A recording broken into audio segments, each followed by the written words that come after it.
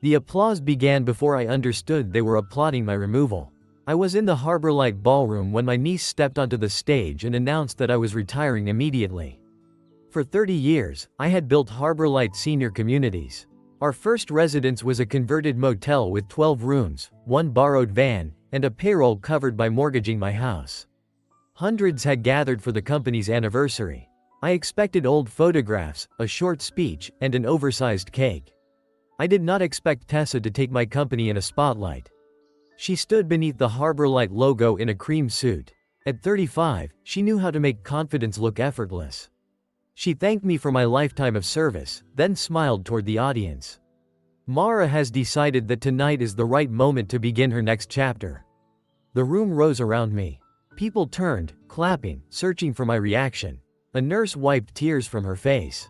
Across the room, Malcolm Price, the board chair, lowered his eyes. That was when I knew this was not a misunderstanding. Tessa raised one hand, and the screen changed.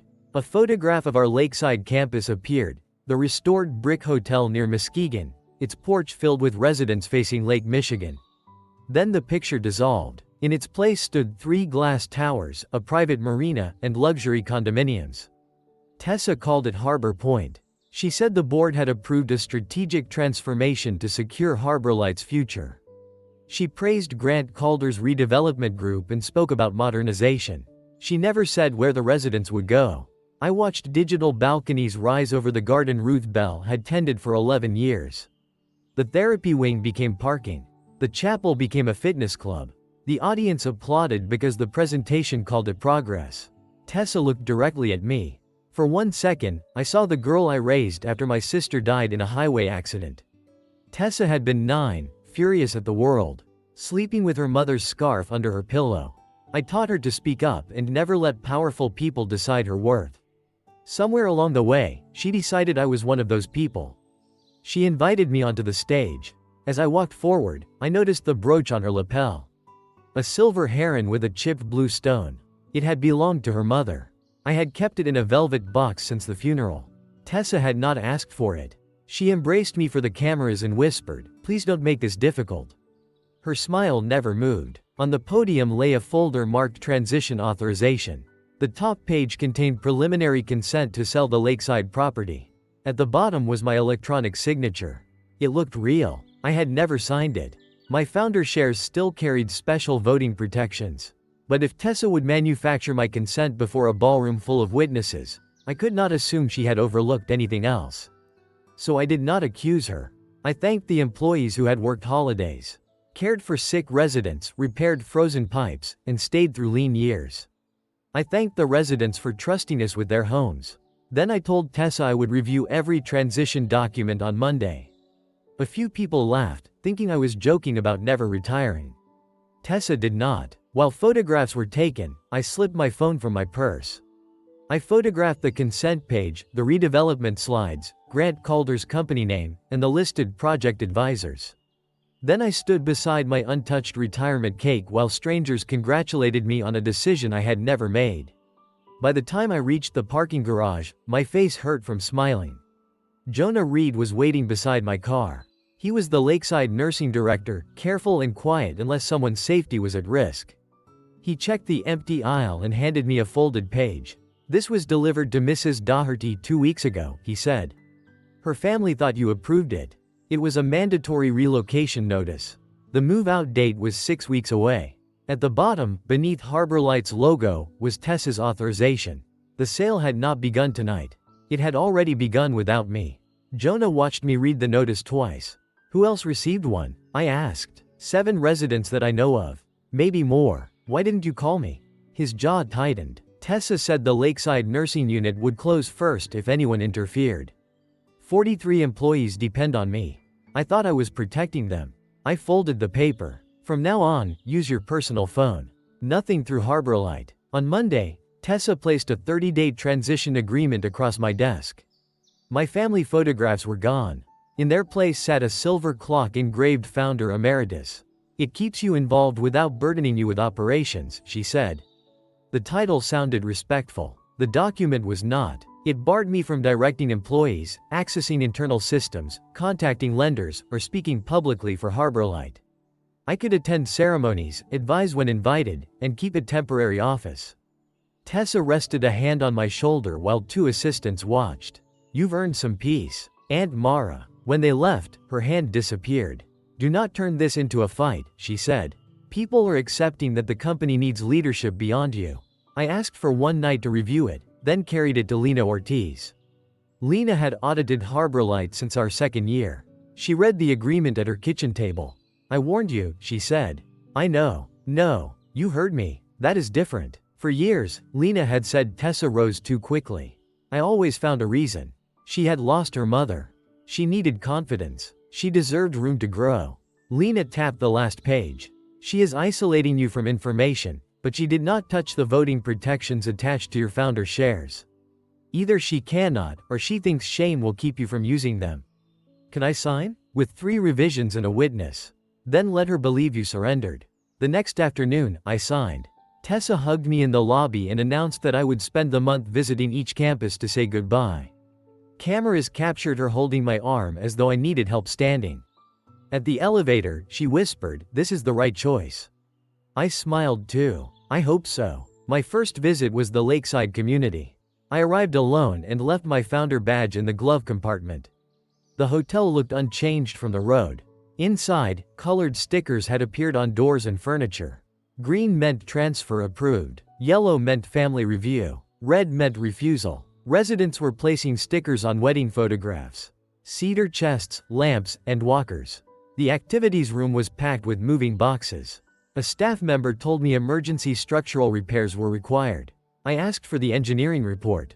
Her eyes dropped. Ms. Rowan's office has it. Ruth Bell found me near the greenhouse. At 81, she carried a cane and a thick envelope. You have nerve coming here for a farewell tour, she said. Ruth, do not Ruth me. My husband died in room 214. You promised I would never be pushed out because someone found a richer use for the view. I did not approve these moves. Her anger paused but did not disappear. Then you have been careless with more than your own name. The envelope contained every letter residents had received. One blamed plumbing. Another cited fire code work. A third called the transfers voluntary while threatening higher fees for anyone who delayed. Ruth had written dates and employee names in the margins. I kept everything, she said. People get organized when someone tries to erase them. I spent the afternoon listening instead of defending myself. A retired teacher had been offered a room 90 miles from her daughter. A man with Parkinson's was told his therapy schedule might not transfer. One married couple had been assigned to separate facilities. Before leaving, I entered the records corridor while Jonah distracted the regional manager. I removed my badge before passing the camera and copied board minutes, relocation invoices, and the consulting payment index onto an encrypted drive. That night, Lena covered her kitchen wall with transaction dates, vendor names, and handwritten arrows. I asked her to audit every relocation expense, every contract tied to Grant Calder, and every payment approved outside normal review. Quietly, I said, Tessa must believe I am finished. 3 days later, Lena called from an unfamiliar number. The electronic signature log had arrived. My consent had been inserted at 8:41 the night before the gala from a device registered to Tessa's executive office. The access record showed the signature was added 11 minutes after security footage showed me leaving the building. For several seconds, I stared at the timestamp while Lena remained silent on the line. Can you prove the device assignment? I asked. I can prove where the signature was placed, she said. I cannot yet prove who touched the keyboard. That distinction mattered. Suspicion could frighten Tessa. Evidence could remove her. Over the next week, I used my farewell visits to speak with people who had worked beside me. I met nurses, maintenance supervisors in supply closets, and former managers off-site. 3 experienced administrators had resigned within 6 months. 2 others had been reassigned after questioning contracts. Their replacements were consultants who reported directly to Tessa. None spoke about residents by name. A former manager named Denise Ward told me Tessa had ordered her to delay roof repairs at the Lakeside campus. She wanted the maintenance backlog to look worse, Denise said. When I refused to change the inspection summary, I was offered severance. Why didn't you come to me? Your office sent me to Tessa. That answer followed me home. I had spent years placing Tessa between myself and every uncomfortable problem. I called it preparing her to lead. I had also been protecting myself from seeing how she led. Malcolm met me in a library room. Harborlight has a real cash problem, he said. He showed me delayed reimbursements and 2 newer facilities operating below safe margins. Without new capital, Harborlight could violate a lender covenant before winter. And selling the profitable campus fixes that? It may prevent layoffs. Malcolm was not corrupt. That made him harder to fight. He had numbers and a duty to protect the company. I had residence and proof the process had been manipulated. Neither erased the debt. If I wanted the board to reject Tessa's solution, I needed a better one. That evening, I sat in my car outside the Lakeside campus and listened to recordings Ruth had collected. Residents described being pressured to accept transfers. A veteran named Mr. Ellis said he accepted a green sticker only after someone warned that his monthly rate could double. Inside, Ruth had turned the resident council into a documentation team. Every notice was dated. Families photographed boxes and door stickers. "You built a company," Ruth told me. "I am building a record." Jonah joined us in the closed laundry room. 2 nurses and a physical therapist signed statements beside humming dryers. When the others left, Jonah stayed. "You keep saying Tessa became this because you trusted her," he said. "That is not the whole truth." "What is?" "You rescued her every time she failed. Then you called the rescue kindness." I remembered the compliance complaint I quietly settled after Tessa's first year as regional director, the budget overrun I covered, and the promotion I approved because removing her felt like betraying my sister. I thought I was giving her security. "You gave her authority without weight," Jonah said. "Now everyone else is carrying it." Lena's audit uncovered monthly payments to North Vale Advisory, a strategy firm with no public staff list. The payments began before Grant Calder's proposal and increased whenever Harborlight's cash position worsened. The ownership was hidden behind 2 limited liability companies. While Lena traced them, I built the only alternative the board might accept. We could refinance the 2 weak facilities, sell an unused administrative building, and move the lakeside property into a mission-protected trust. Any future sale would require approval from residents and independent directors. But the plan required votes I did not control. I called retired executives, employee representatives, and former trustees with small voting blocks. Some agreed to listen. Others said Tessa had warned them I was emotionally unable to accept retirement. Then she accelerated the board vote. Her announcement claimed our primary lender would withdraw unless the sale received approval within 3 weeks. That afternoon, I found my old boardroom nameplate replaced. Founder Emeritus. I asked Daniel Mercer, our controller, for the lender correspondence. "I cannot help you," he said.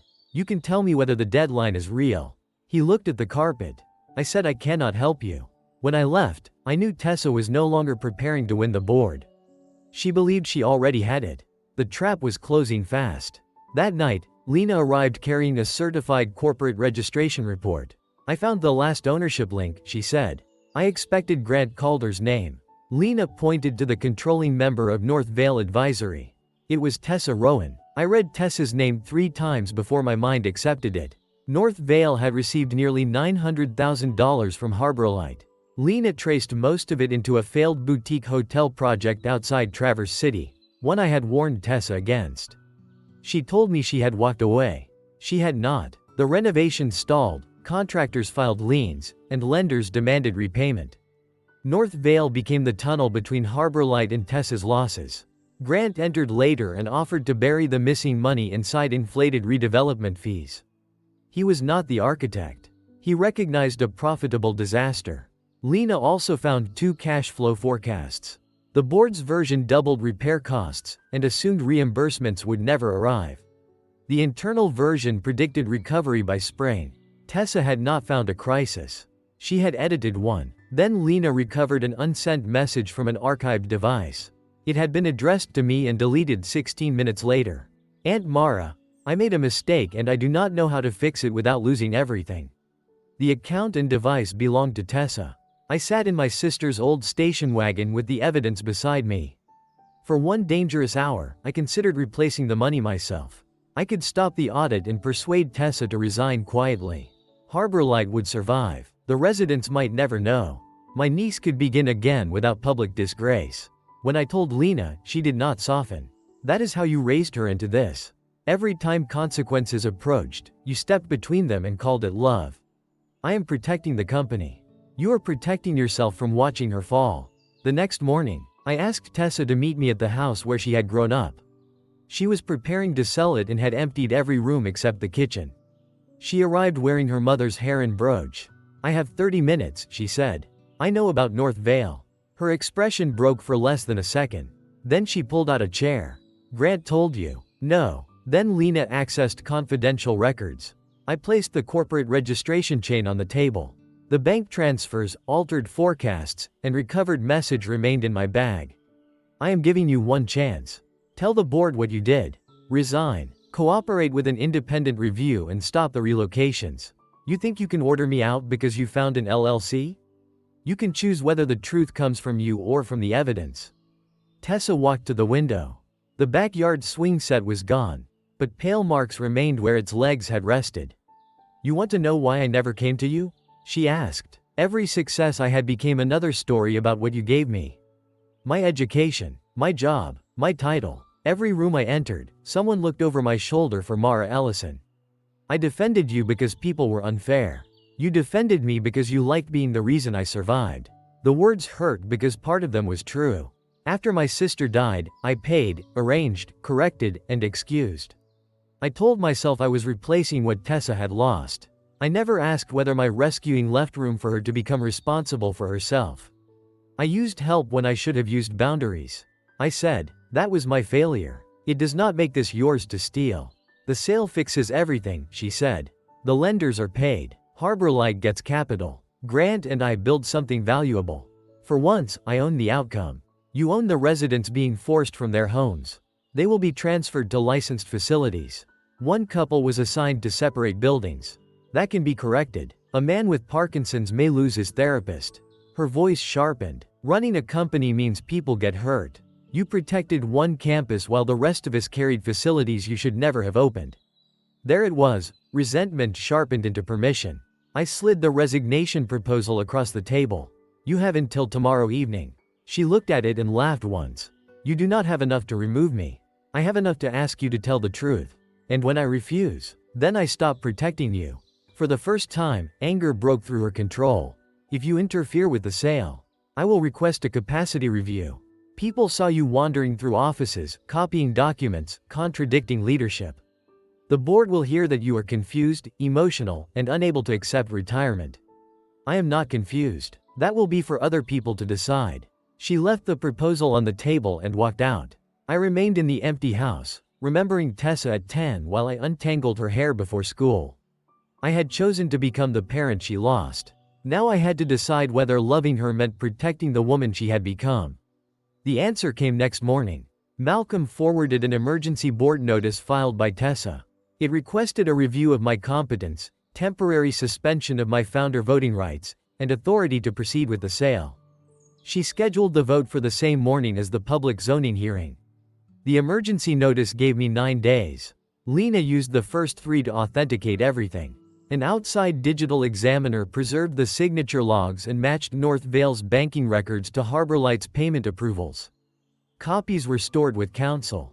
Jonah and Ruth handled the part no spreadsheet could explain. Residents and families gave sworn statements above a pharmacy.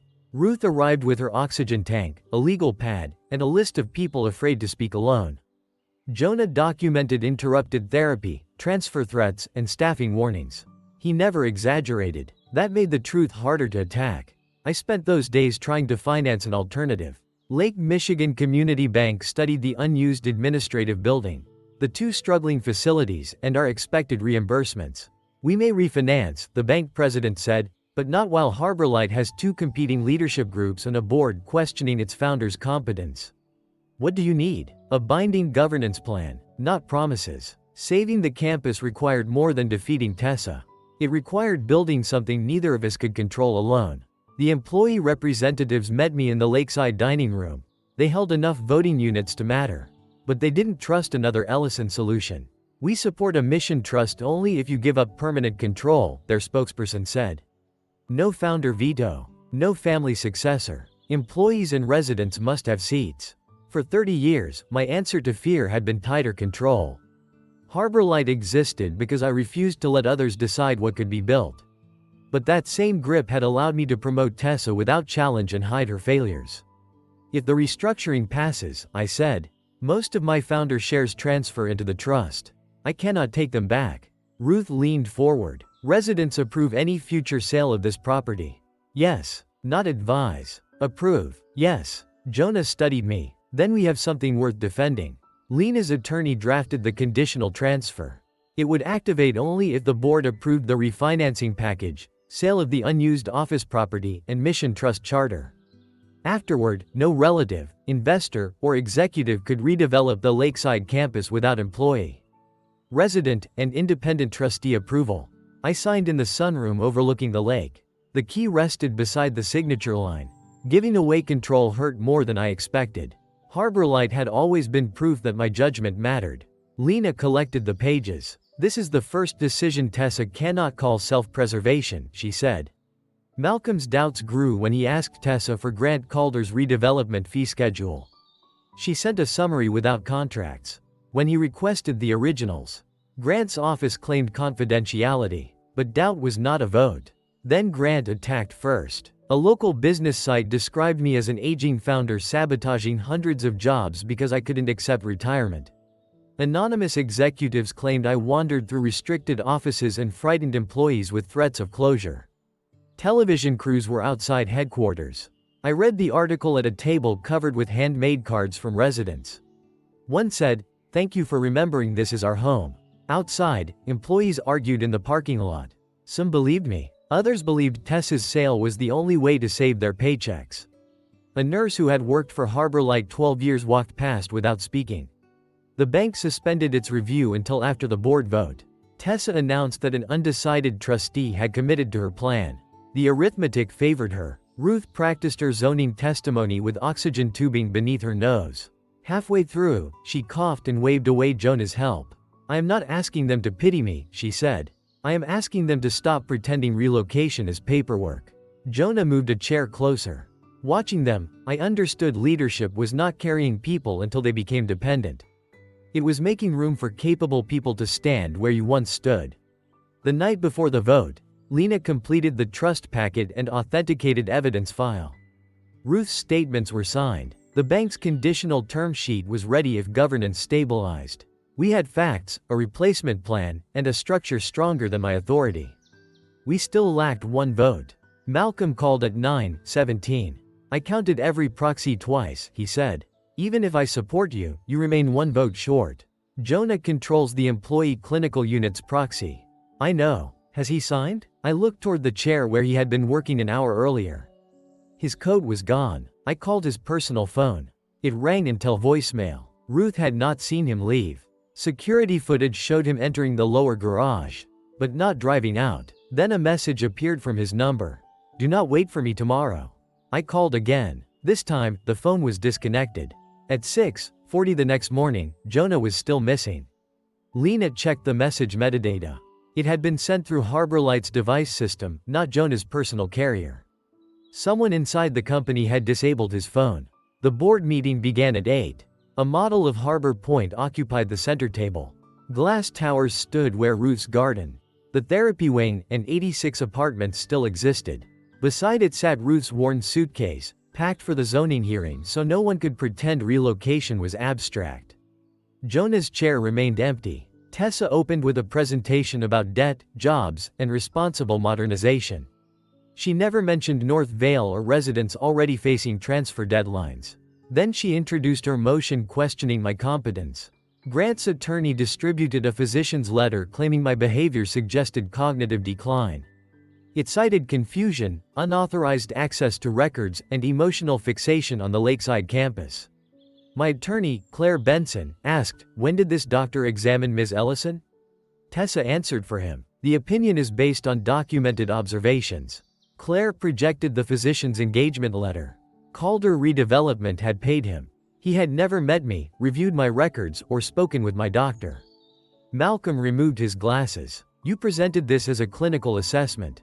"I presented a professional concern," Tessa replied. Lena took the screen. The examiner's report showed my consent was inserted from Tessa's office device after I left the building.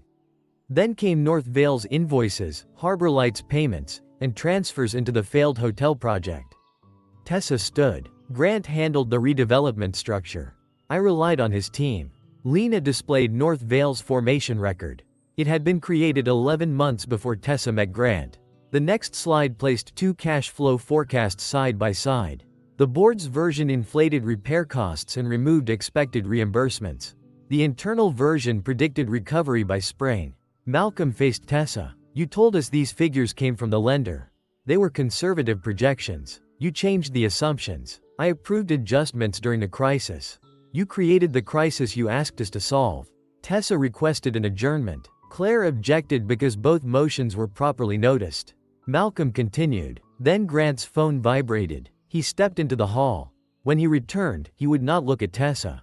The redevelopment lender had received Lena's authenticated evidence under conflict disclosure rules and placed the financing on compliance hold. Grant's company withdrew from the zoning presentation. Tessa watched him leave. I could have humiliated her. Instead, I admitted that I had promoted her too quickly, concealed earlier failures, and confused rescuing family with protecting Harborlight. Then I presented the alternative. The community bank would refinance the two weak facilities if stable governance was adopted. The unused office property would be sold. Expected reimbursements would support the transition.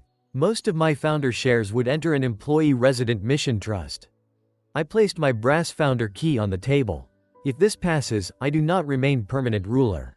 Neither does Tessa. No member of my family will ever again control a private sale of the Lakeside campus. We remained one vote short. Then shouting rose in the hallway. The doors opened and Jonah entered with residents, families, Ruth, and two police officers. His shirt was wrinkled and one cuff was torn. Tessa's security contractor had blocked the residence's bus at the campus gate. When Jonah challenged them, they confined him in an office, took his company phone and disabled it. A nurse contacted families from a private number, and they called police. Jonah placed the clinical unit's signed proxy before Malcolm. Mrs. Doherty described receiving a mandatory notice before the board knew the sale existed. Mr. Ellis explained the threat of doubled fees. A daughter described her parents being assigned to separate facilities. Ruth opened her suitcase and removed the colored stickers residents had peeled from their belongings. These were placed on our lives before anyone asked whether we agreed to leave, she said. Tessa tried again to adjourn. Malcolm refused. The board suspended her authority, preserved records, notified insurers and regulators, and authorized civil recovery proceedings. No judge appeared. No one promised an arrest. There were only documented facts and consequences beginning to move. Then came the trust vote. The first ballot split evenly. Jonah's proxy moved the employee block. Malcolm held the deciding vote. He looked at the glass towers, then at Ruth's suitcase. I supported the sale because I believed it was the only responsible option, he said. That belief was manufactured. He voted yes. The mission trust passed. Hours later, after the boardroom emptied, I found Tessa alone beneath my sister's portrait. She held the heron brooch in her palm. Did you ever love me? She asked. Or did you only love being needed?